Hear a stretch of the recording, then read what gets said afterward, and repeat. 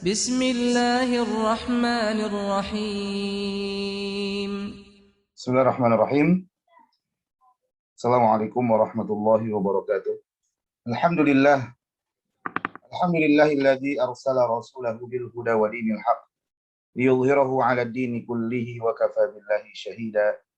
Asyhadu an la ilaha illallah wahdahu la syarika lah wa asyhadu anna Muhammadan 'abduhu wa rasuluhu alladzi la nabiyya wa la rasula ba'da. Amma ba'du. Jamaah rahimani Allah wa iyyakum ajma'in. Tidak bosan-bosannya lisan kita senantiasa bersyukur kepada Allah Subhanahu wa taala atas segala nikmat dan karunia yang Allah Subhanahu wa taala berikan.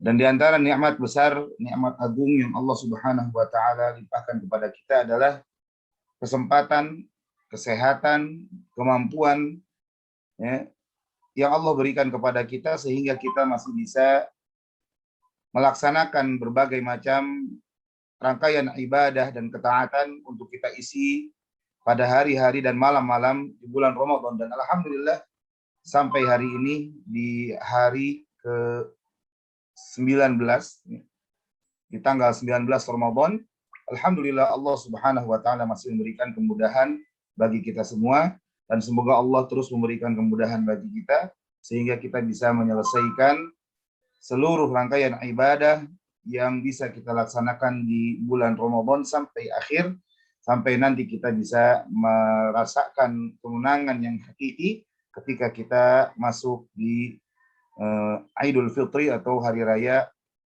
saat kita berbuka dari bulan Ramadan. Jamaah rahimani Allah wa iyyakum ajma'in. Di pertemuan sebelumnya kita sedang membahas hadis tentang atau hadis yang menyebutkan tentang hak-hak sesama muslim yang wajib atau yang harus ditunaikan oleh muslim yang lainnya. Yaitu hadis dari Abu Hurairah radhiyallahu taala anhu, yang mana Rasulullah sallallahu alaihi wasallam bersabda, "Hakul muslimi 'alal muslimi sittun." Hak muslim atas muslim lainnya itu ada 6 perkara. "Idza laqitahu fasallim 'alaihi." Apabila engkau berjumpa dengannya, maka ucapkanlah salam kepadanya. Yang mana hak yang pertama ini sudah kita bahas di pertemuan sebelumnya. Kemudian hak yang kedua, kata Nabi SAW, wa idza da'aka fa'ajibhu. Dan apabila ya saudaramu mengundangmu, maka penuhilah undangannya. Wa idza stansahaka fansahhu. Dan apabila saudaramu meminta nasihat kepadamu, maka nasihatilah dia. Wa idza atasa fahamidallaha fashammithu. Dan apabila ya dia bersin, kemudian dia memuji Allah, maka doakan kebaikan baginya. Wa idza marida fa'udhu. Dan apabila dia sakit, hendaklah engkau menjenguknya. Wa idza mata fatba'hu. Dan apabila dia meninggal dunia, maka hendaklah ikuti atau urus jenazahnya. Nah, ini beberapa hak yang disebutkan oleh Nabi Shallallahu Alaihi Wasallam. Dan sebagaimana tadi disampaikan bahwa ya, hak yang pertama yaitu terkait dengan salam dan hukum-hukum yang terkait dengannya, alhamdulillah sudah kita bahas di pertemuan sebelumnya. Maka insya Allah pada pertemuan kita kali ini kita akan membahas tentang ya, hak yang kedua, yaitu kata Nabi SAW, idza da'aka fa'ajibhu. Apabila engkau atau apabila dia saudaramu itu mengundangmu, maka penuhilah undangannya. Maka kata Syekh Muhammad As-San'ani rahimahullahu taala, kata beliau, zahiruhu umumu haqqiyatil ijabah fi kulli da'watin yad'uhu laha. Ya, secara zahir dari hadis ini, maka ya secara umum ada hak sesama muslim yang wajib dipenuhi atau yang harus dipenuhi, yaitu memenuhi segala bentuk undangan. Ya, segala bentuk undangan ketika saudara kita mengundang apapun itu, dalam rangka apapun itu undangannya secara umum, maka hukumnya ya sepatutnya atau dia berhak untuk dipenuhi undangannya. Saudara kita berhak untuk dipenuhi undangannya.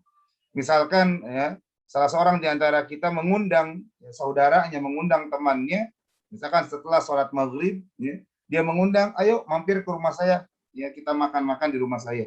Walaupun nggak ada acara apapun, tidak ada kepentingan apapun atau tidak ada acara apapun, ya, itu adalah juga termasuk ke dalam undangan yang saudaranya berhak untuk dipenuhi undangan tersebut. Jadi ketika saudara kita atau teman kita mengundang, ya, mengajak untuk datang ke rumahnya, maka di situ merupakan undangan dan haknya dia untuk dipenuhi undangannya tersebut. Wa khassaha al-ulama bi ijabati da'watil walimati wa nahbiha. Dan para ulama mengkhususkan, ya, tadi secara umum semua panggilan atau semua undangan itu ya sepatutnya untuk dipenuhi ya undangannya tersebut. Namun secara khusus kata para ulama yang wajib adalah ya memenuhi undangan walimah. Ya. Yang mana ketika disebutkan walimah secara khusus seperti ini maksudnya adalah walimatul urs, ya, walimah pernikahan, resepsi pernikahan dan semisalnya. Maka di sini jamaah rahimani Allah wa iyyakum ajmain, ya, para ulama banyak menyebutkan maka di situ bahwa undangan itu ada tiga macam. Di antaranya ya Syekh Abdurrahman bin Nasir As-Sa'di rahimahullahu taala ya dalam kitab beliau Al-Qawaid wal Usul Al-Jami'ah wal Furuq wat Taqasim Al-Badi'ah An-Nafi'ah. Kata beliau bahwa undangan itu ada tiga macam. Yang pertama undangan yang sifatnya atau hukumnya wajib untuk dihadiri. Ya. Jadi yang pertama yaitu undangan yang sifatnya wajib untuk dihadiri. Yang kedua, jenis yang kedua yaitu lawannya, yaitu undangan yang sifatnya ya dilarang atau terlarang untuk dihadiri, haram untuk dihadiri, terlarang untuk dihadiri. Kemudian yang ketiga yaitu tengah-tengah atau pertengahan dari dua macam undangan tersebut, yaitu undangan selain yang wajib dan undangan selain yang dilarang, maka hukumnya sunnah. Hukumnya sunnah untuk dihadiri selama tidak ada uzur. Apa undangan yang wajib untuk dihadiri? Jamaah rahimani Allah wa iyyakum ajmain. Undangan yang wajib dihadiri sebagaimana tadi disebutkan oleh ya Syekh Muhammad As-Sun'ani rahimahullahu taala, yaitu undangan pernikahan. Ya. Undangan pernikahan secara khusus. Ya, ketika memenuhi syarat-syarat yang harus dipenuhi, ya, memenuhi syarat-syarat yang harus terpenuhi. Ya. Jadi ketika ada undangan walimatul urs atau undangan pernikahan, resepsi pernikahan, maka apabila terpenuhi syarat-syaratnya, wajib untuk memenuhi undangan tersebut. Apa itu syarat-syaratnya? Ya, kata para ulama di antara syarat yang menyebabkan undangan seseorang itu wajib dipenuhi, undangan walimatul urs itu wajib dipenuhi adalah yang pertama, ya, syaratnya adalah orang yang mengundang, ya, orang yang mengundang adalah seorang muslim. Orang yang mengundang adalah seorang muslim. Maka kalau ada orang kafir, orang non-muslim mengundang kita pada resepsi pernikahannya, maka dalam hal ini para ulama berselisih pendapat. Ada di antara ulama yang menyatakan bahwa hukumnya terlarang, haram untuk menghadiri undangan resepsi pernikahan atau undangan yang disampaikan oleh orang kafir atau oleh orang non-muslim. Ya, karena kata para ulama yang melarang, yang mengharamkan, ya, bahwa resepsi pernikahan itu adalah bagian dari ritual keagamaan. Ya, bukan hanya sebatas adat, bukan hanya sebatas muamalah interaksi, ya, namun di situ ada ritual keagamaan. Maka setiap agama memiliki batasan-batasan, setiap agama memiliki cara-cara untuk melakukan atau melangsungkan pernikahan. Sebagaimana dalam Islam ada syarat-syarat dan ketentuan yang terkait dengan ya pernikahan, maka demikian pula ya dalam agama yang lain pun seperti itu.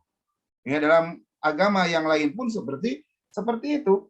Maka ya kata para ulama terlarang hukumnya memenuhi undangan orang kafir. Ya, memenuhi undangan orang kafir kecuali kalau di situ ada maslahat.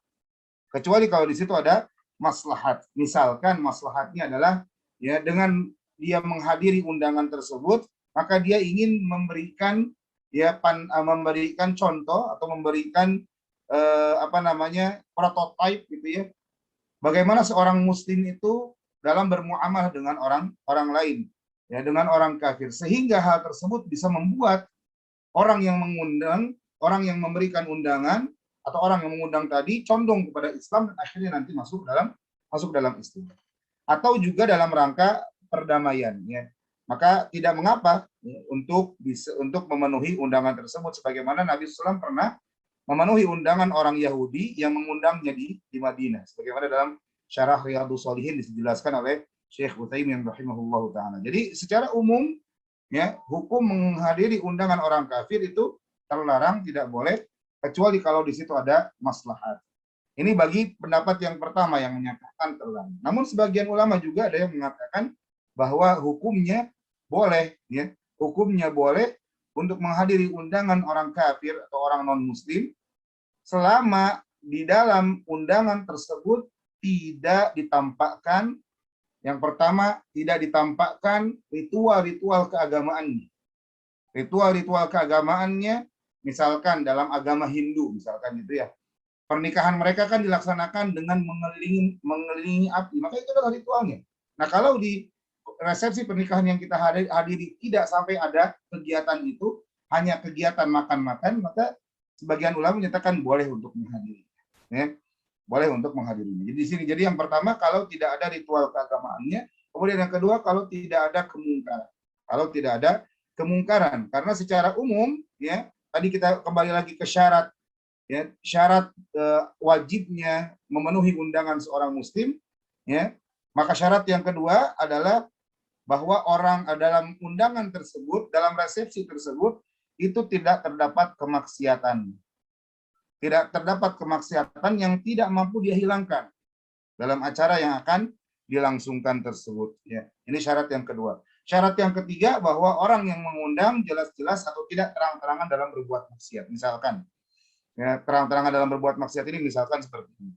Kita diundang ke sebuah resepsi pernikahan, yang mana ternyata resepsi pernikahan tersebut adalah ya pernikahan yang dilaksanakan oleh dua orang atau satu pasang lelaki perempuan, yang mana si wanita sudah dalam keadaan hamil karena sebab zina.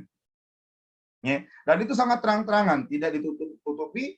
Memang si wanita itu jelas dalam keadaan setelah hamil karena hasil dari zina. Maka dari sini kata para ulama, kita terlarang untuk menghadiri upacara atau menghadiri resepsi pernikahan yang dilaksanakan oleh orang tersebut, karena jelas ya yang mereka lakukan, pernikahan yang mereka lakukan itu tidak sah, ya, tidak sah.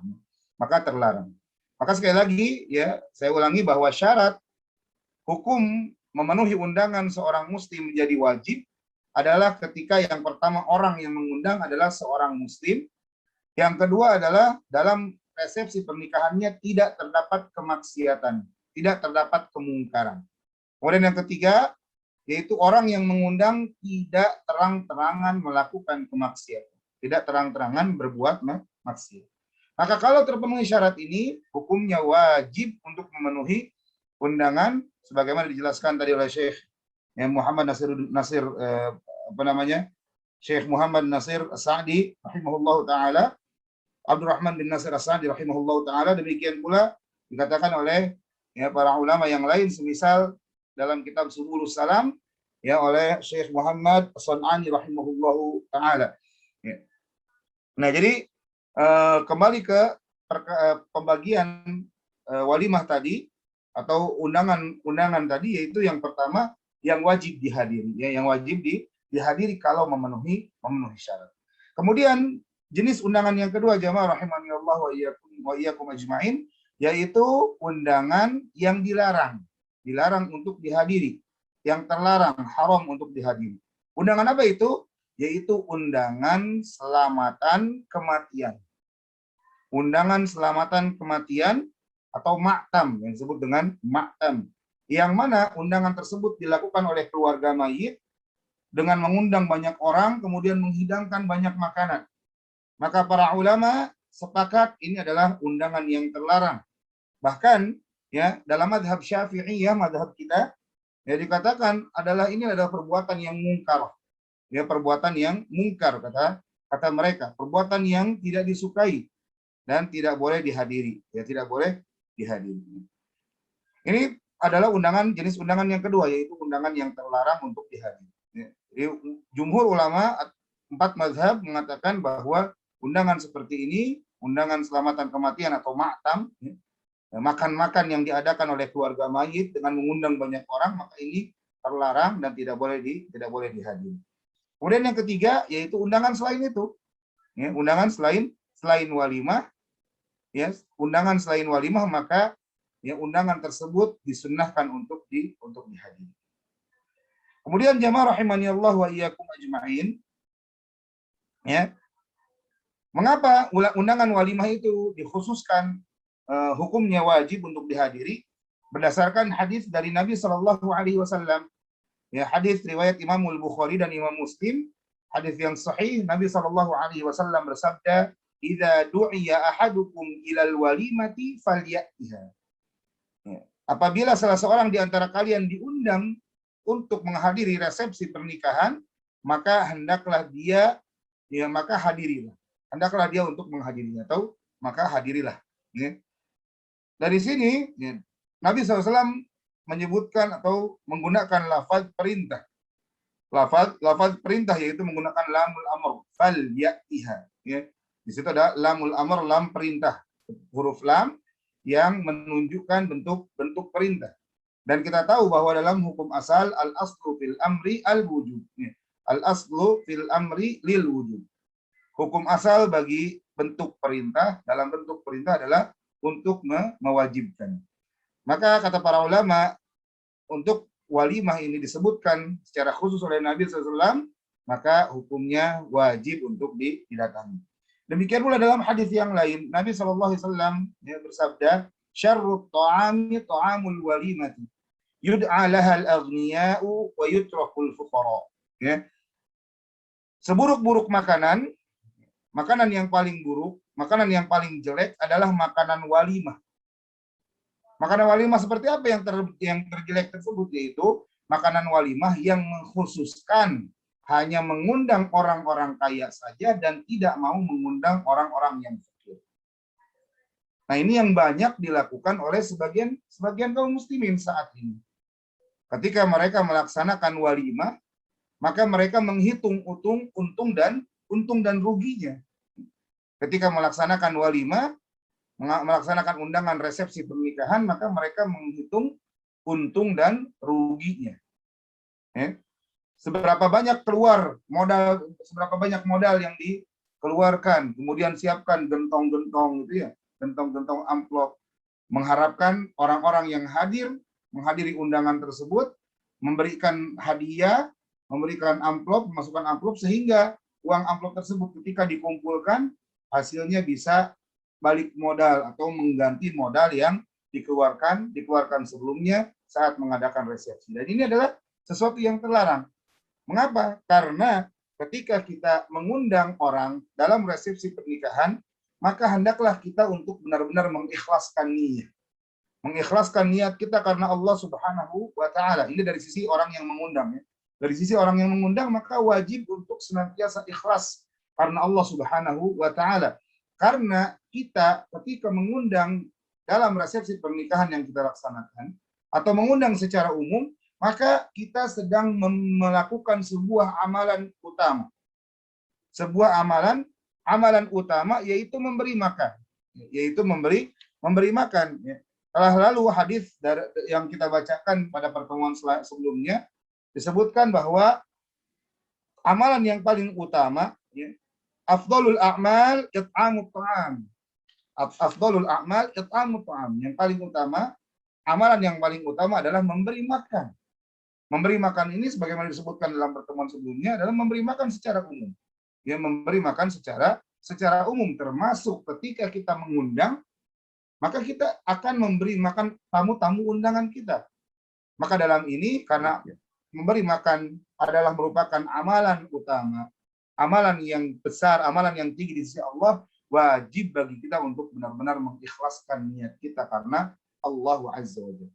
Wajib bagi kita untuk benar-benar ikhlas, Jangan sampai pamrih ketika memberikan makan kepada orang lain. Ketika memberikan makan tidak boleh kita pamrih mengharapkan balasan dari orang lain. Bahkan jangankan balasan, mengharapkan ucapan terima kasih pun kita tidak boleh. Tidak boleh kita mengharapkan ucapan terima kasih ketika kita memberi bantuan atau memberi makan kepada orang lain. Lihat dalam surah Al-Insan, Allah Subhanahu wa taala berfirman, "Innama nut'imukum liwajhillah." Ya. Kami memberi makan kalian hanyalah mengharapkan wajah Allah. Ikhlas karena Allah Subhanahu wa taala. La nuridu minkum jazaa'an wala syukura. Yang mana kami tidak mengharapkan dari pemberian makan tersebut, dari amal perbuatan tersebut, dari kami tidak mengharapkan balasan dari kalian sama sekali. Demikian pula kami tidak mengharapkan ucapan syukur, ucapan terima kasih sama sekali dari kalian. Ya, maka seharusnya seperti itulah apa yang kita lakukan, ya. Ketika kita melakukan undangan atau mengadakan undangan, khususnya undangan resepsi pernikahan. Mungkin kalau misalkan kita timbul pernyataan, oh, kan saya sudah mengeluarkan modal yang besar, ya. Saya sudah mengeluarkan modal yang besar, saya sudah nyewa gedung dan sebagainya. Ya. Maka sebesar itu, sebesar uang yang kita keluarkan, maka sebesar itulah kita harapkan balasan yang lebih baik dari Allah Subhanahu wa taala. Karena kalau mengharapkan balasan dari manusia, maka kita akan senantiasa kecewa. Kalau kita mengharapkan sesuatu dari manusia, maka bersiaplah untuk merasakan kekecewaan. Ya, oleh karena itu jamaah rahimani Allah wa iyyakum ajmain, sekali lagi hendaklah kita ketika memberikan makan kepada orang lain dalam bentuk apapun, termasuk ketika kita mengadakan resepsi pernikahan, hendaklah kita untuk senantiasa ikhlas karena Allah Subhanahu wa taala. Adapun kalau misalkan kita tidak menyediakan gentong misalkan dia, namun ada orang-orang yang memberikan hadiah, yang memberikan kado, kemudian juga salam tempel, gitu, yang memberikan amplop, memberikan hadiah berupa uang, misalkan sejumlah uang, atau tiba-tiba ada yang mentransferkan uangnya untuk hadiah, maka uang tersebut atau hadiah tersebut boleh kita terima, asalkan kita tidak mengharapkan balasan tersebut, atau asalkan kita tidak mengharapkan hadiah tersebut. Artinya tidak mengharapkan itu, ketika dapat alhamdulillah, kalau tidak pun tidak merasakan kekecewaan sama sekali, karena dia tahu dan dia yakin bahwa yang membalas dengan sebaik-baik balasan adalah Allah Subhanahu wa taala, ya. Karena Allah adalah asy-syakur, Allah adalah asy-syakur, zat yang maha memberi balasan yang setimpal, zat yang maha berterima kasih, ya. Maka ketika melihat hambanya melakukan amal kebaikan, maka Allah pasti akan membalas dengan sebaik-baik balasan. Maka tadi dalam hadis Nabi SAW bersabda, syarrut ta'ami ta'amul walimah. Ya, seburuk-buruk makanan adalah makanan walimah, yaitu walimah yang mengkhususkan hanya mengundang orang-orang kaya karena mengharapkan balasannya tadi, dan membiarkan atau meninggalkan tidak mengundang orang-orang fakir. Karena tahu orang fakir nggak mungkin ngasih. Kalaupun ngasih ya terpaksa ngasih paling jumlahnya hanya sedikit. Lihat jamaah rahimani Allah wa iyyakum ajmain, ya, kata Nabi SAW menunjukkan wajibnya memenuhi undangan. Wa man taraka da'wata faqad asallaha wa rasulahu sallallahu alaihi wasallam. Maka barang siapa yang tidak mau memenuhi undangan, maka dia telah bermaksiat, melakukan dosa, telah mendurhakai Allah dan Rasulnya sallallahu alaihi wasallam. Oleh karena itu, ya, khususnya dalam mazhab Syafi'i rahimahullah taala, dalam mazhab Syafi'iyah wajib hukumnya memenuhi undangan. Sebagaimana ini dikatakan oleh Al-Imam Nawawi dalam syarah Sahih Muslim, ya, dalam syarah Sahih Muslim, Al-Imam Nawawi mengatakan bahwa menghadiri undangan walimah itu diperintahkan. Walaupun kata beliau hukumnya wajib atau sunnah itu diperselisihkan oleh para ulama. Namun dalam mazhab Syafi'i, menghadiri undangan walimah itu hukumnya fardhu ain. Hukumnya wajib bagi setiap yang diundang. Wajib bagi setiap yang diundang, kecuali kalau di situ ada uzur, ya. Kecuali kalau ada halangan, ya. Kecuali kalau ada halangan, maka hukumnya tidak wajib, ya. Hukumnya gugur atau kewajibannya itu gugur. Ya. Kemudian jamaah rahimani Allah wa iyyakum ajmain, masih terkait dengan undangan ini, ya. Maka hukum tadi memenuhi undangan walimah hukumnya wajib memenuhi undangan kalau undangannya itu ditujukan secara khusus. Misalkan dengan yang biasa dilakukan oleh sebagian dari kita, yaitu membagikan kartu-kartu undangan. Kartu-kartu undangan itu dituliskan secara khusus, ya, kepada Bapak Fulan dan Fulan, Bapak Fulan dan keluarga, ya, Bapak Fulan dan keluarga, saudara Fulan dan keluarga, Ibu Fulana dan keluarga. Seperti itu. Jadi ketika undangan ditakyin, ketika undangan diberikan secara khusus, ya, baik dengan kartu undangan tadi atau mungkin di telepon secara khusus menyebut nama kita atau menelpon khusus kepada kita, atau misalkan dengan pesan WhatsApp ya japri kepada kita dengan kalimat yang mengkhususkan mengundang diri kita, mengundang kita dan keluarga misalkan, maka wajib hukumnya untuk memenuhi undangan. Kecuali kalau undangan yang disampaikan adalah undangan yang sifatnya umum. Ya, misalkan dalam grup mengundang bapak-bapak dan ibu-ibu sekalian untuk menghadiri begini dan begini-begini. Maka kalau undangannya sifatnya umum, hukumnya tidak wajib ain, tapi wajib kifayah. Ya, wajib kifayah. Artinya kalau dari anggota grup tersebut sudah ada yang menghadiri undangan tersebut beberapa orang saja, maka gugur kewajiban bagi yang lain. Ya. Baik. Namun ya tetap dikembalikan kepada hukum asalnya, walaupun tidak wajib secara ain, secara personal, namun ya memenuhi undangan tetaplah merupakan hak seorang muslim yang harus dipenuhi oleh muslim yang lain. Ketika seorang muslim memberikan undangan baik yang sifatnya umum maupun sifatnya khusus, maka seorang muslim, saudara muslimnya wajib atau seharusnya sepatutnya untuk melaksanakannya. Karena sebagaimana kita sampaikan di pertemuan sebelumnya, bahwa apabila itu terkait dengan hak, ya, hak-hak sesama muslim, maka la yanbaghi lahu an yatrukahu. Tidak pantas bagi seorang muslim untuk meninggalkannya. Terlepas dari itu adalah hukumnya wajib maupun sunnah. Baik, masih terkait dengan undangan, ada beberapa poin lagi yang ingin saya sampaikan, yaitu terkait dengan terkait dengan apabila kita yang diundang sedang berpuasa.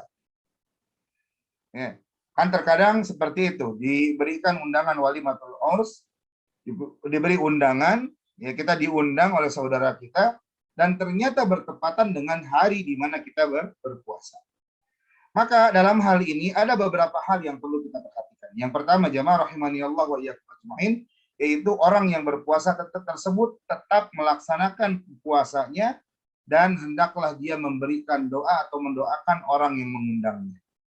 Berdasarkan hadis dari Nabi Shallallahu Alaihi Wasallam, yaitu hadis riwayat Imam Muslim, Imam Ahmad, Imam Al-Baihaqi, dari sahabat yang mulia Abu Hurairah radhiyallahu taala anhu, Nabi Shallallahu alaihi wasallam bersabda, "Idza du'iya ahadukum ila ta'amin falyujib."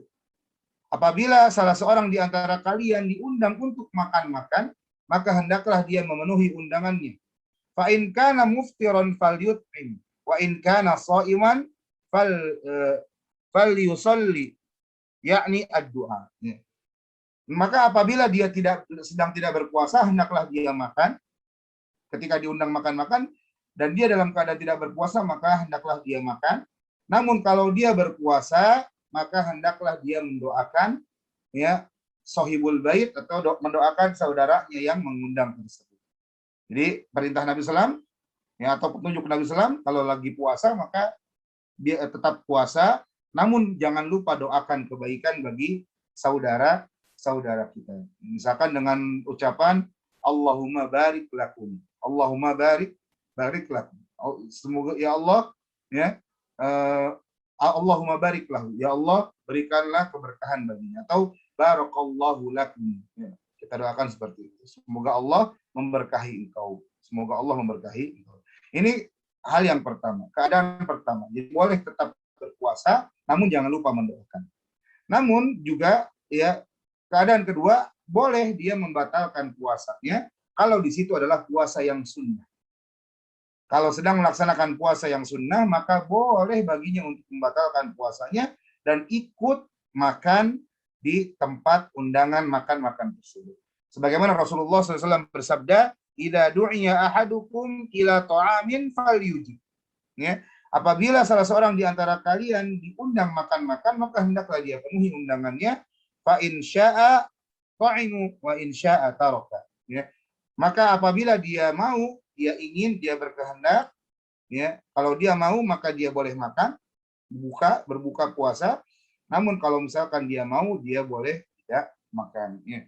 Jadi yang penting adalah ketika kita diundang adalah bukan makan-makan, tapi memenuhi undangan. Ya, memenuhi undangannya atau menghadiri undangan. Ya, menghadiri undangan.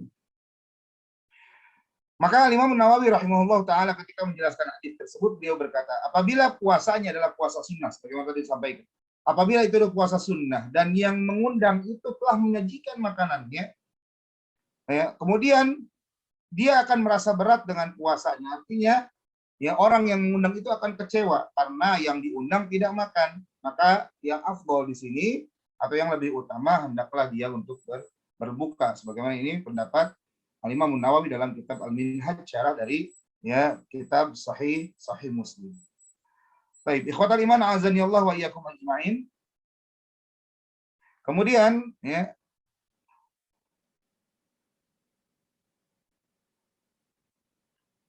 selanjutnya ikhwatal iman azani Allah wa iyyakum ajmain, terkait dengan, ya, walimah ini atau terkait dengan undangan ini, maka, ya, kesimpulannya bahwa memenuhi undangan hukumnya adalah, ya, atau memenuhi undangan merupakan hak yang harus ditunaikan oleh seorang muslim. Dan kita kembalikan bahwa hak itu hukum asalnya adalah sesuatu perkara yang tidak patut atau tidak pantas untuk ditinggalkan oleh seorang muslim. Berlepas dari apakah itu hukumnya wajib memenuhi undangan ataupun juga sunnah dalam memenuhi undangan. Ya. Sunnah dalam memenuhi undangan. Kemudian terakhir, ya, apabila kalau misalkan undangan yang dilakukan lebih dari 1 hari, misalkan resepsi pernikahannya dilaksanakan 3 hari berturut-turut, maka yang wajib untuk dipenuhi undangannya atau dihadiri undangannya adalah cukup hari yang pertama. Yang wajib hari yang pertama, adapun hari-hari selanjutnya ya boleh kita menghadirinya, boleh juga tidak menghadiri. Jadi yang wajib adalah, ya, undangan yang pertama. Undangan yang pertama atau hari pertama. Wallahu a'lamu bishawab. Nah, ini hak yang kedua, jamaah rahimani Allah wa iyyakum ajmain, yaitu hak, ya, tentang atau yang terkait dengan undangan, Kemudian jamaah rahimani Allah wa iyyakum ajmain, Nabi SAW selanjutnya dalam hadis tersebut melanjutkan wa idzastansahaka fansahhu, ya, dan apabila engkau atau saudaramu meminta nasihat kepadamu, maka nasihatilah dia. Ya, maka nasihatilah dia. Ya, yang mana di sini jamaah rahimani Allah wa iyyakum ajmain, maksudnya adalah ketika saudara kita meminta nasihat, ya, meminta wasiat, meminta masukan, gitu ya, meminta masukan, maka hendaklah kita untuk memberikan nasihat kepadanya. Lagi-lagi di sini Nabi SAW menggunakan lafaz perintah, ya, menggunakan lafaz perintah. Yang mana lafaz perintah ini menunjukkan wajibnya memberi nasihat bagi orang yang meminta nasihat kepada kita. Ya, bagi orang yang meminta nasihat kepada kita. Jadi ketika ada saudara kita minta nasihat, ya, saudaraku, wahai teman saya, wahai bapak, wahai ibu, ya, tolong berikan saya nasihat terkait dengan ini, dengan masalah yang sedang saya hadapi. Maka wajib bagi kita untuk memberikan nasihat sesuai dengan kemampuan, ya, sesuai dengan kemampuan keilmuan kita. Maka berikan nasihat, berikan wasiat kepadanya. Wa dhahiruhu annahu la yajibu nasihatun illa 'inda talabiha. Dan dari hadis ini pula, ya, nampak bagi kita bahwa tidak wajib hukumnya memberi nasihat kecuali kecuali hanya kepada orang yang minta. Jadi kalau misalkan kita bertemu dengan seseorang, ya, tidak wajib kita memberikan nasihat kepada orang tersebut, ya. Apalagi kalau misalkan keterbatasan atau apalagi kalau kita memiliki keterbatasan ilmu, maka kita ya tidak wajib untuk memberikan nasihat kecuali kalau orang tersebut minta nasihat kepada kita. Wa nushu ghairu talabin matlubun, ya, li'annahu minad dilalati 'alal khairi wal ma'ruf. Dan memberikan nasihat kepada orang yang tidak minta nasihat, maka hukumnya sunnah, hukumnya disukai, ya, hukumnya dianjurkan. Kenapa? Karena memberikan nasihat kepada orang lain secara umum merupakan bentuk menunjukkan kebaikan dan menunjukkan perkara yang ma'ruf kepada orang lain. Dan kalau kita menelisik ke dalam hadis Nabi SAW, Nabi SAW bersabda, ad-dinun nasihat. Ad-dinun nasihat. Agama itu berupa nasihat. Agama itu pondasinya adalah nasihat. Agama itu pondasinya adalah dakwah, mengajak orang lain, menasihati orang lain, memberikan penjelasan kepada yang baik, dan memberikan penjelasan untuk meninggalkan hal yang batil, hal yang buruk. Memberikan penjelasan kepada yang ma'ruf, dan memberikan penjelasan untuk meninggalkan perkara yang mungkar. Ini adalah dasar dari agama kita. Dasar dari agama kita. Dan hal tersebut juga lah yang menyebabkan kaum muslimin secara umum atau para sahabat secara khusus menjadi umat terbaik yang dikeluarkan oleh Allah Subhanahu wa taala ke tengah-tengah manusia.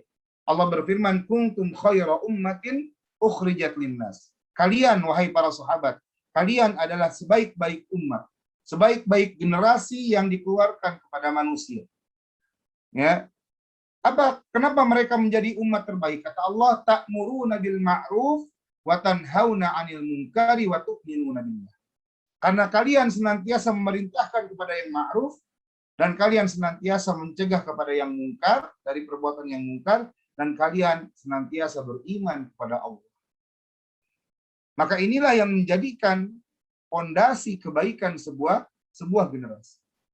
Ketika nasihat itu dilaksanakan, ketika nasihat itu gencar dilakukan, ketika nasihat itu senantiasa disampaikan, maka hal tersebut menjadi sebab datangnya kebaikan bagi generasi tersebut. Sebaliknya, ketika nasihat sudah ditinggalkan, amar ma'ruf nahi mungkar sudah tidak pernah lagi dilakukan, maka dikhawatirkan akan datang keburukan bagi generasi tersebut. Sebagaimana Nabi Shallallahu Alaihi Wasallam memberikan permisalan. Kata Nabi SAW, permisalan nasihat, permisalan amar ma'ruf nahi mungkar adalah seperti kalian melakukan sebuah perjalanan menaiki sebuah kapal. Menaiki sebuah kapal. Yang mana di kapal tersebut ada yang berdiam di dalam perut kapal di bawah, di lantai bawah.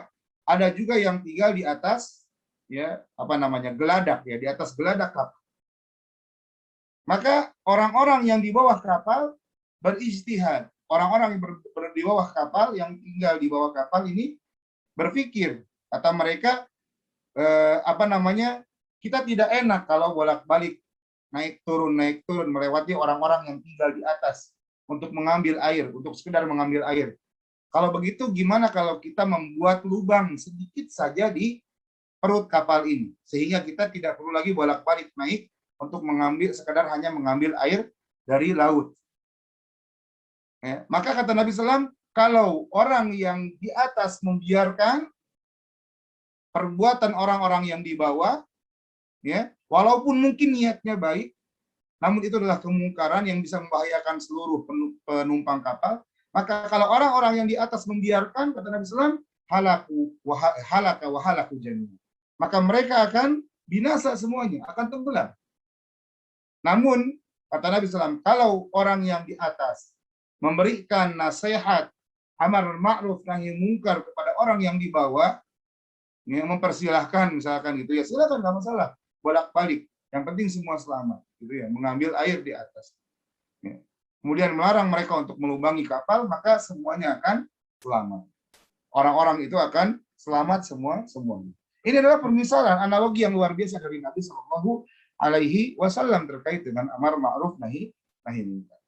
Maka amar ma'ruf nahi munkar bisa menyebabkan satu generasi menjadi generasi terbaik, mendapatkan kebaikan.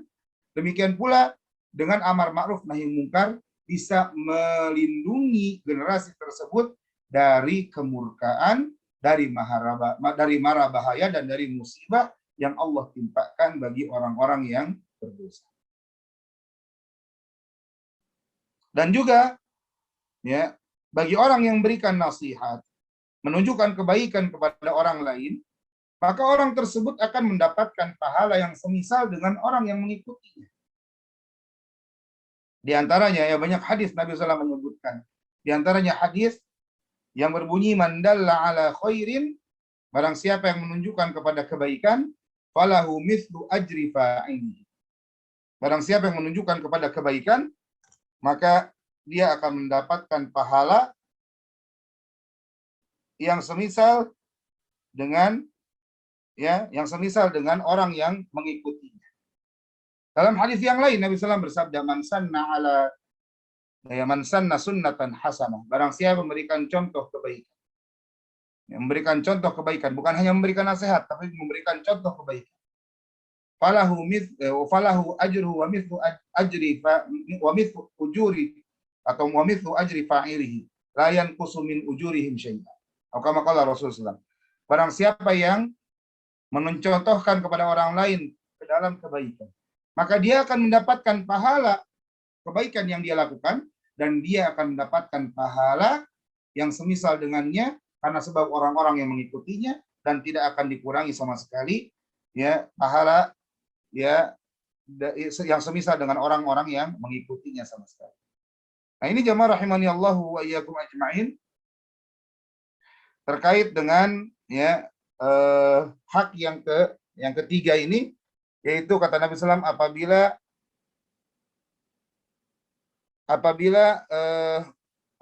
saudara engkau memberikan nasihat atau meminta nasihat, maka hendaklah kita untuk memberikan nasihat kepada orang yang meminta nasihat tersebut. Orang yang meminta nasihat tersebut. Baik. Ikhwatal iman, azani Allah wa iyyakum ajma'in. Jamaah rahimani Allah wa iyyakum ajma'in.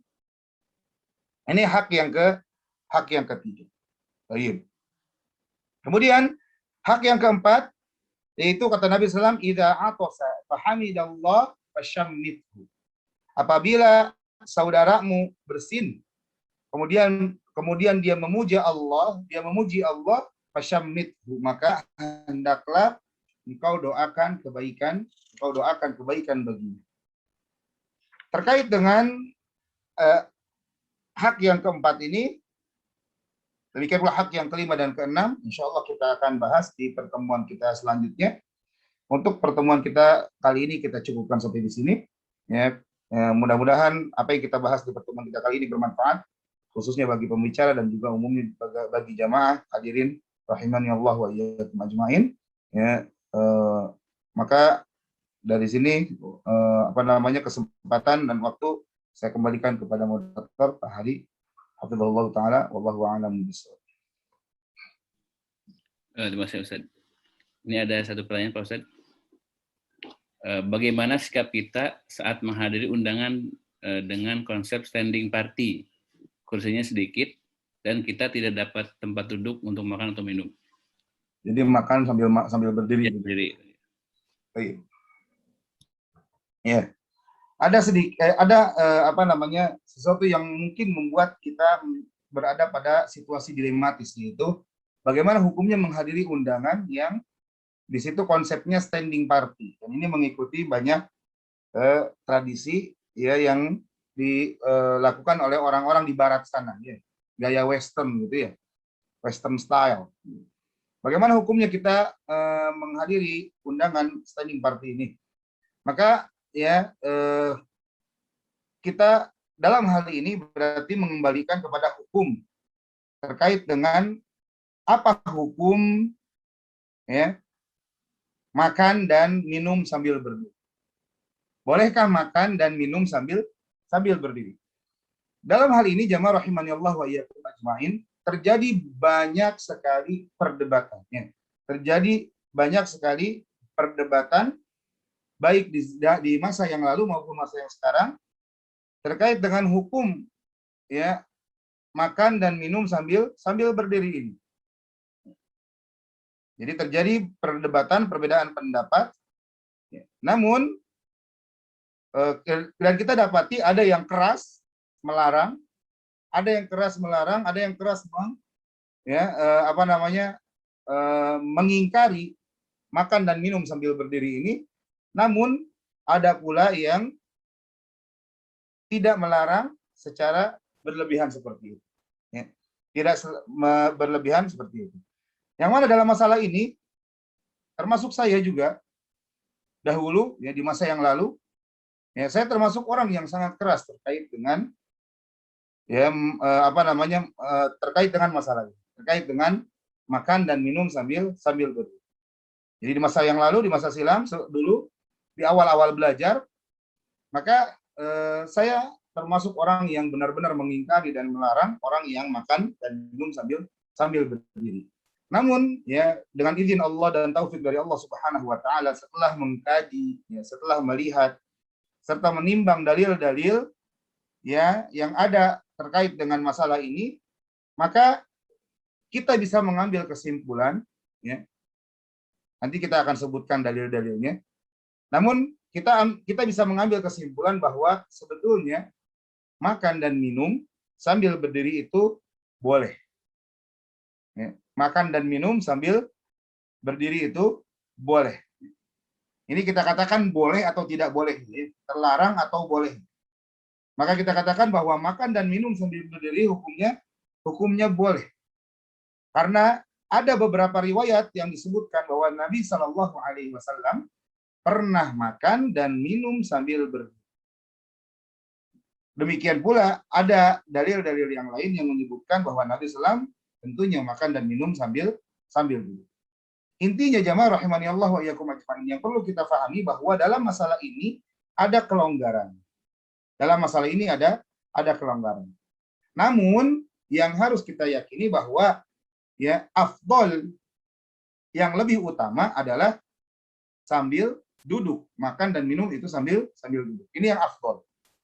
Namun anak katakan bahwa yang afdol sambil duduk ini pun dalam keadaan-keadaan tertentu. Pertama dalam keadaan umum. Secara umum makan dan minum itu hukumnya sambil duduk. Afdolnya utamanya sambil duduk. Dalam keadaan secara umum. Dalam keadaan secara bebas. Namun bisa jadi terkadang ya ternyata dalam satu keadaan kita afdolnya minum atau makan itu sambil berdiri atau bahkan sambil berjalan. Misalkan gini. Teman-teman mungkin pernah ke kota Jakarta misalkan ya. Kemudian teman-teman naik kereta KRL. Di rush hour, di waktu-waktu sibuk, maka kita akan dapati bahwa KRL akan dipenuhi sesak dengan manusia, dengan orang-orang. Nah, saat kita menumpang KRL, kemudian tidak dapat tempat duduk, kita penuh berdesak-desakan dengan orang lain, kemudian kita ingin minum, apa yang harus kita lakukan? Ya, apakah kita minum sambil jongkok atau sambil duduk? Memaksakan diri untuk duduk? Tidak tentunya, karena akan mendatangkan madarat. Kita bisa ketendang gitu ya, bisa malah desakan akan semakin kuat, dorong-dorongan antar sesama penumpang pun akan semakin kuat. Maka saat itu jamaah, yang afdol, yang lebih utama malah minum sambil berdiri. Minum sambil berdiri. Yang utamanya, yang afdolnya malah minum sambil berdiri. Adapun ya sambil duduk malah jadi bisa mendatangkan madarat. Nah, ini dari segi logika pun seperti itu. Dari segi logika pun seperti itu. Atau mungkin misalkan kita sedang berjalan di pinggir jalan. Berjalan di pinggir jalan. Kemudian kita ingin minum atau ingin makan. Apa yang kita lakukan? Misalkan kita sedang makan, memegang sebuah cemilan lah kita, kudapan gitu ya. Atau minum lah yang lebih sering. Kita ingin minum. Apa yang kita lakukan? Apakah jongkok di pinggir jalan tersebut? Bisa mendatangkan madarat. Ya, bisa mendatangkan madarat. Mungkin bisa diserempet oleh mobil gitu ya. Atau bisa mendatangkan madarat yang lain. Maka afdolnya saat itu apa? Langsung minum sambil berdiri. Ya. Langsung minum sambil berdiri. Nah, mungkin ada di antara kita yang enggak bisa begitu gitu. Belum menerima karena apa? Selama ini memahami sebagaimana yang saya pahami dahulu. Selama ini memahami sebagaimana yang saya pahami dahulu bahwa Nabi Shallallahu Alaihi Wasallam melarang minum dan makan sambil berdiri. Ini jadi agak panjang. Enggak apa-apa ya Pak Hari ya? Biar lebih jelas ya. Ya silakan. Oh, iya. Jadi di antaranya Nabi SAW ya, Nabi SAW bersabda dalam hadis dari sahabat yang mulia Anas bin Malik. Ini hadis yang sahih, riwayat Imam Muslim. Ya, ingat jemaah, ketika ada hadis diriwayatkan oleh Al-Imam Al-Bukhari dan Imam Muslim, maka kita bisa yakin keabsahan dan kesahihan, keotentikan hadis tersebut. Karena dua ulama besar ini, Imam Bukhari dan Imam Muslim, betul-betul berkonsentrasi penuh dalam memilah antara hadis yang sahih, hadis yang otentik, hadis yang benar datang dari Nabi SAW dengan hadis yang lemah. Ya. Maka riwayat yang disampaikan oleh Imam Bukhari dan Imam Muslim itu sangat kuat dan bisa diterima hadis.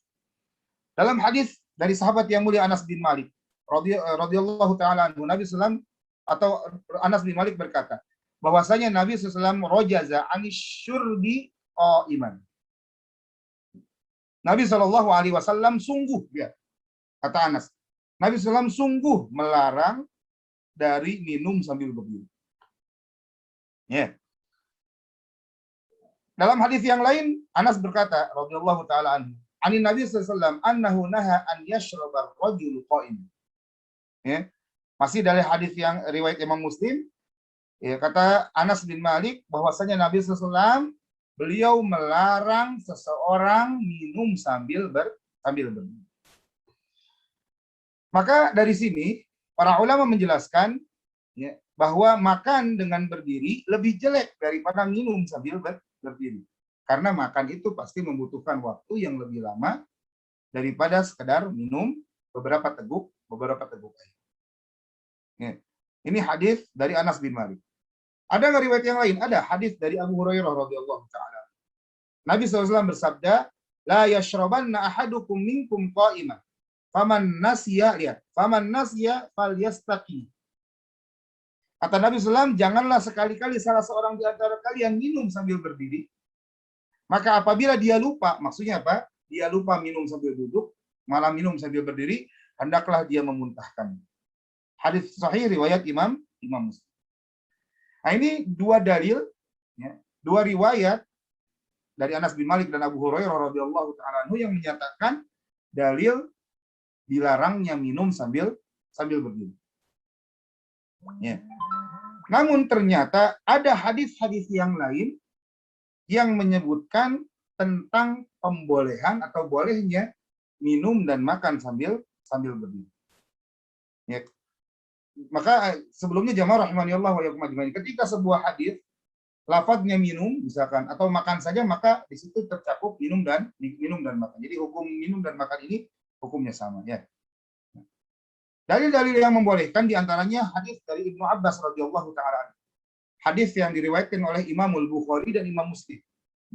Hadis riwayat Imam Bukhari dan Imam Muslim, dan hadis-hadis ini semuanya ini dibawakan oleh Al-Imam ya, dalam kitab Riyadhus Shalihin. Dalam kitab Riyadhus Shalihin, Imam Nawawi menyebutkan hadis-hadis tersebut. Ya. Hadis dari Ibnu Abbas radhiyallahu taala, hadis pertama yang membolehkan, yang menyatakan bolehnya minum dan makan sambil berdiri. Yaitu Ibnu Abbas berkata, "Saqaitu Rasulullah sallallahu alaihi wasallam min Zamzam fasyariba qa'im." Ya. Kata Ibnu Abbas, aku memberi minum Nabi SAW air Zamzam, lalu beliau pun minum sambil berdiri. Minum sambil berdiri. Hadis ini sahih, riwayat Imam Bukhari, hadis nomor 1637, dan hadis riwayat Muslim nomor 2027. Ini hadis pertama. Hadis yang kedua yaitu Ibnu Umar radhiyallahu taala anhu, beliau berkata, "Kunna na'kulu ala ahdi Rasulillah sallallahu alaihi wasallam wa nahnu namshi wa nashrabu wa nahnu qiyam." Kata Ibnu Umar, kami dahulu pernah makan di masa Rasulullah SAW sambil berjalan dan kami minum sambil berdiri. Hadis ini sahih riwayat Imam Tirmidzi dan Imam Ibnu Majah. Ya. Maka dari sini dalil menyatakan bolehnya makan sambil berjalan. Riwayat yang lain, hadis yang lain, ya, yaitu dari Amr bin Shu'aib radhiyallahu taala anhu, dari bapaknya itu Shu'aib, dari kakeknya, beliau berkata, "Ra'aitu Rasulullah sallallahu alaihi wasallam yashrabu qa'iman wa qa'idan."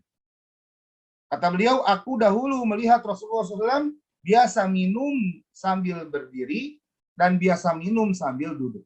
Jadi terkadang beliau minum sambil berdiri, terkadang beliau minum sambil duduk. Hadis ini riwayat Imam Tirmidzi dan Imam Tirmidzi berkata hadis yang hasan sahih.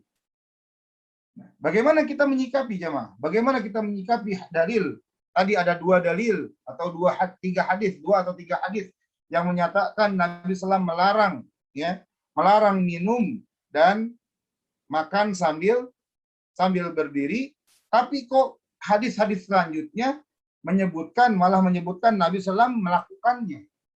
Nabi SAW melakukan minum dan makan sambil berdiri.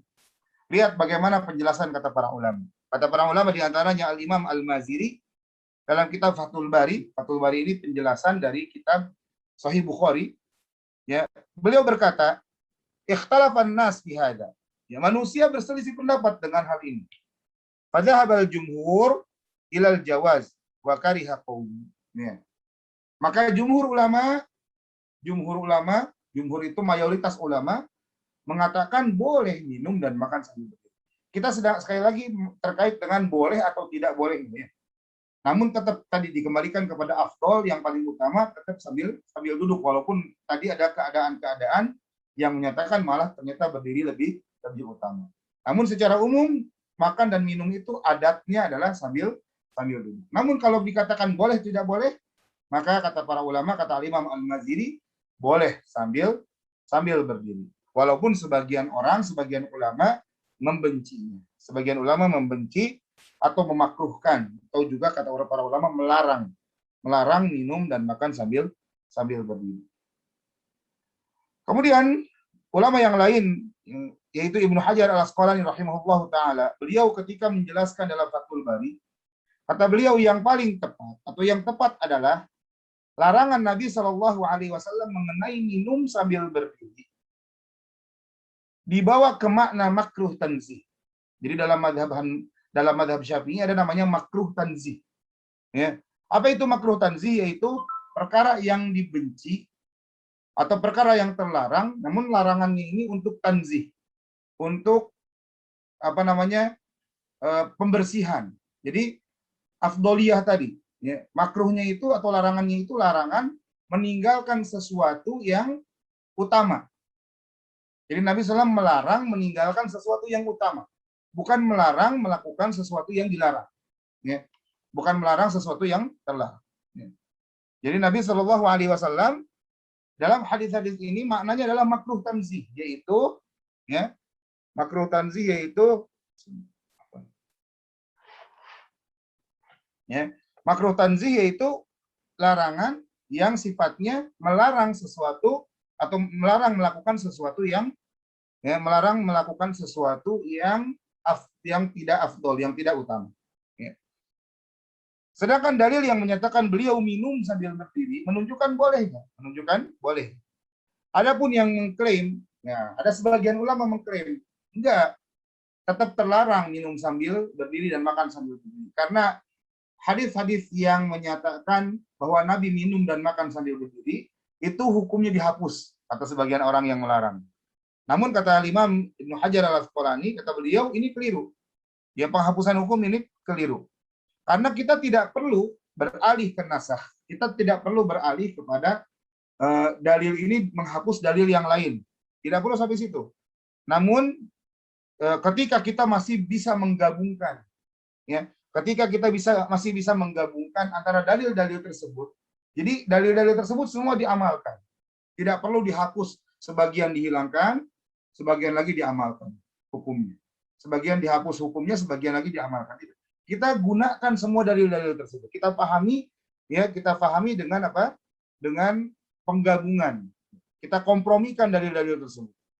Maka muncullah penjelasan dari para ulama bahwa perbuatan Nabi SAW minum sambil berdiri menunjukkan bolehnya.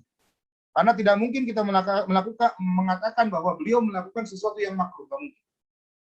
Tidak mungkin beliau SAW melakukan sesuatu yang makruh. Maka kita tidak mengatakan bahwa berdiri, makan sambil berdiri, minum sambil berdiri hukumnya makruh. Tidak. Tapi kita katakan minum dan makan sambil berdiri hukumnya boleh. Maka beliau kadang melakukan sesuatu sekali atau berulang kali dalam rangka untuk menjelaskan. Nah, lihat. Dalam hukum asalnya melarang, namun Nabi SAW melakukan sesuatu atau melakukan minum dan makan ini sekali-kali makan sambil berdiri dan minum sambil berdiri, menunjukkan beliau ingin menjelaskan, memberikan penjelasan hukum. Ya. Dan kadang beliau merutinkan sesuatu untuk menunjukkan perkara tersebut adalah perkara yang utama. Ya. Nah, terus misalkan pertanyaan, terus tadi ada hadis dari Abu Hurairah, kalau lupa muntahkan. Gimana itu? Maka kata Ibnu Hajar al-Asqalani, kata beliau, sedangkan dalil yang memerintahkan untuk memuntahkan ketika seseorang minum sambil berdiri menunjukkan istihbab. Menunjukkan sesuatu yang istihbab, sunnah, bukan wajib. Artinya, disunahkan bagi yang minum sambil berdiri, lupa minum sambil berdiri, maka untuk memuntahkan, ini hukumnya sunnah. Artinya, kata beliau, disunahkan bagi orang yang minum sambil berdiri untuk memuntahkan yang diminum berdasarkan penunjukan tegas dari hadis yang sahih. Ya. Karena jika sesuatu tidak mampu dibawa ke makna wajib, maka dibawa ke makna istihbab. Maka maksudnya bahwa kesimpulan hukum minum sambil berdiri, minum sambil duduk ini hukumnya sunnah. Ya, minum sambil duduk hukumnya sunnah atau terkait dengan keutamaan.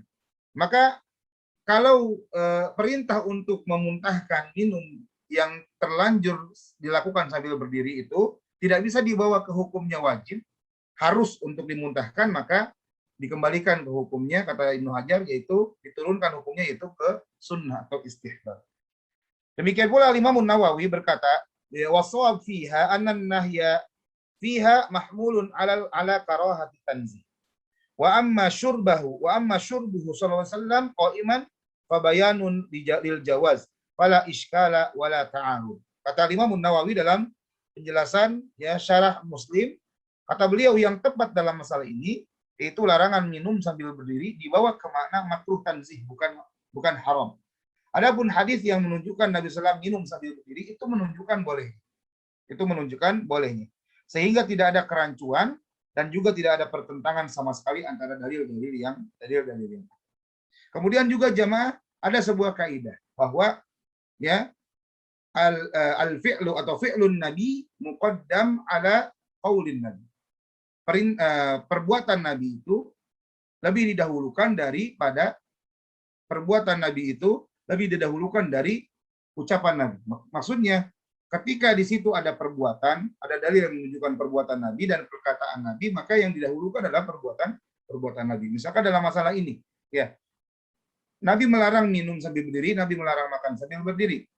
Namun, ya dalam hadis yang lain Nabi melakukannya. Berarti ini menunjukkan bahwa melakukan minum dan makan sambil berdiri hukumnya boleh. Ya. Adapun yang afdol, yang utama yaitu apa yang diperintahkan oleh Nabi Shallallahu Alaihi Wasallam. Jadi sekali lagi perbuatan Nabi ini untuk menegaskan atau memberikan penjelasan bahwa bolehnya sebuah hukum tersebut yang dilakukan oleh Nabi Shallallahu Alaihi Wasallam. Maka kembali kepada pertanyaan tadi bahwa bagaimana dengan ya atau bagaimana hukumnya dengan kita menghadiri standing party tadi. Maka kembalikan kepada hukum boleh atau tidaknya minum dan makan sambil berdiri. Ya. Kalau misalkan kita memiliki kedekatan dengan sang pemilik undangan atau orang yang mengundang, maka kita bisa beri masukan bahwa yang lebih tepat atau sesuai dengan adat orang-orang di Indonesia adalah mengadakan party atau mengadakan resepsi pernikahan, yaitu dengan disediakan tempat duduk yang layak, tempat duduk yang nyaman. Ya. Apalagi kalau misalkan kita lihat kebiasaan adat orang-orang di Kalimantan ini ya. Kalau misalkan teman-teman sekalian pernah melihat pernikahan di daerah Jawa, daerah Jawa Barat, misalkan khususnya di tempat saya dulu, itu biasanya hanya disediakan tempat duduk dijajarkan begitu ya, dibariskan. Kalau di sini malah lebih nyaman lagi. Apa itu? Disediakan tempat duduk, kemudian dibarengi dengan disediakan meja bundar biasanya begitu ya. Sehingga akan lebih nyaman, si tamu undangan akan merasakan makan dan minum sambil lebih nyaman. Nah, ini terkait dengan kebiasaan ya atau adat yang biasa dilakukan dalam prosesi resepsi pernikahan.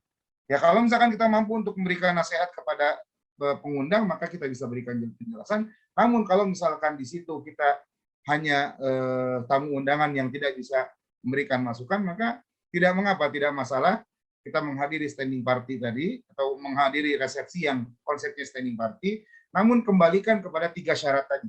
Yang pertama, apakah orang yang mengundang itu muslim?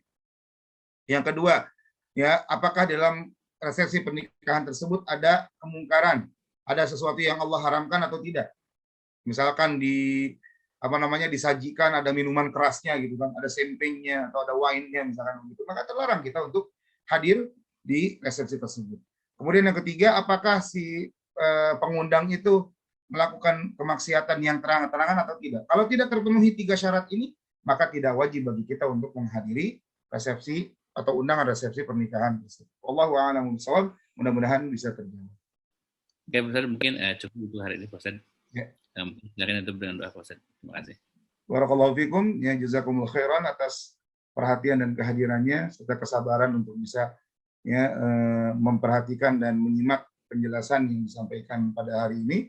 Semoga dapat bermanfaat dan juga sebagai tambahan ilmu khususnya bagi pembicara dan juga jamaah sekalian. Ya, kita cukupkan perjumpaan kita dengan doa kafaratul majlis. Subhanakallahumma bihamdika asyhadu an la ilaha illa anta astaghfiruka wa atubu ilaik. Wa akhiru da'wana alhamdulillahi rabbil alamin. Assalamualaikum warahmatullahi wabarakatuh.